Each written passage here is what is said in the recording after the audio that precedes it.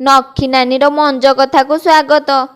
ବିପଦି ପଡ଼ିଲେ ଲୋକେ ନେତାଙ୍କୁ ଖୋଜନ୍ତି। ବାତ୍ୟା ବନ୍ୟା ବେଳେ ବରମୁଣ୍ଡା ପ୍ୟାଣ୍ଟ ଖଣ୍ଡେ ପିନ୍ଧି ବେକେ ସରି ପାଣିରେ ରାଜନେତାଙ୍କର ରିଲିଫ୍ ବାଣ୍ଟିବାର ଦୃଶ୍ୟ ଆମେ ବହୁତ ଦେଖିଛେ।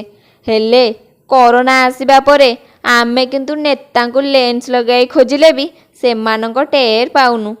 କରୋନା ପାଇଁ ସବୁଠୁ ଯଦି କିଏ ବେଶୀ ଭୟଭୀତ ସେ ପରା ହେଉଛନ୍ତି ଆମ ରାଜନେତା। 2.5 ମାସ ହେଲା ଜନତା କରୋନାର ମୁକାବିଲା କରୁଛନ୍ତି, ବହୁ କଷ୍ଟରେ ବଞ୍ଚୁଛନ୍ତି। ହାତରେ କାମ ନାହିଁ କି ପକେଟରେ ଟଙ୍କାଟିଏ ବି ନାହିଁ। ହେଲେ ସେପଟେ ଜନତା ଜନାର୍ଦ୍ଦନ ବୋଲାଉଥିବା ଆମ ରାଜନେତା ନିଘୋଡ଼ ନିଦରେ ଶୀତ ତାପ ନିୟନ୍ତ୍ରିତ ଘରେ ଶୋଉଛନ୍ତି।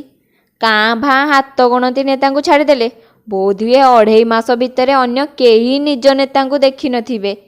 ସ୍ୱେଚ୍ଛାସେବୀ ଓ ଦଳୀୟ କର୍ମୀ ଯଦି ଅଭାବୀ ଲୋକଙ୍କ ଦୁଆରେ ପହଞ୍ଚି ଭାତ ଡାଲମା ଓ ଶୁଖିଲା ଖାଦ୍ୟ ଦେଉଛନ୍ତି, ତାହେଲେ ଆମ ଏ ବଡ଼ ବଡ଼ ନେତା ଘରେ କାହିଁ ଶୋଇଛନ୍ତି ସେଇଟା ତ ଆମ ମଗଜରେ ପଶୁନି।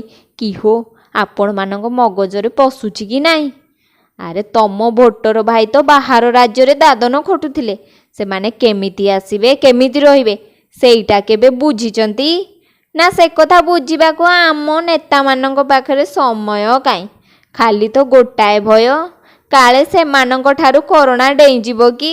ଏପଟେ କିଛି ଦୁର୍ନୀତିଖୋର ନେତାଙ୍କ ଦୟାରେ ସରପଞ୍ଚ ହୋଇଥିବା କେତେକ ନେତା ସରକାରୀ ଧନ ହଡ଼ପ କରିବାରେ ଲାଗି ପଡ଼ିଛନ୍ତି। ୟାଙ୍କୁ ଦଇବ ସହିବନି ହୋ।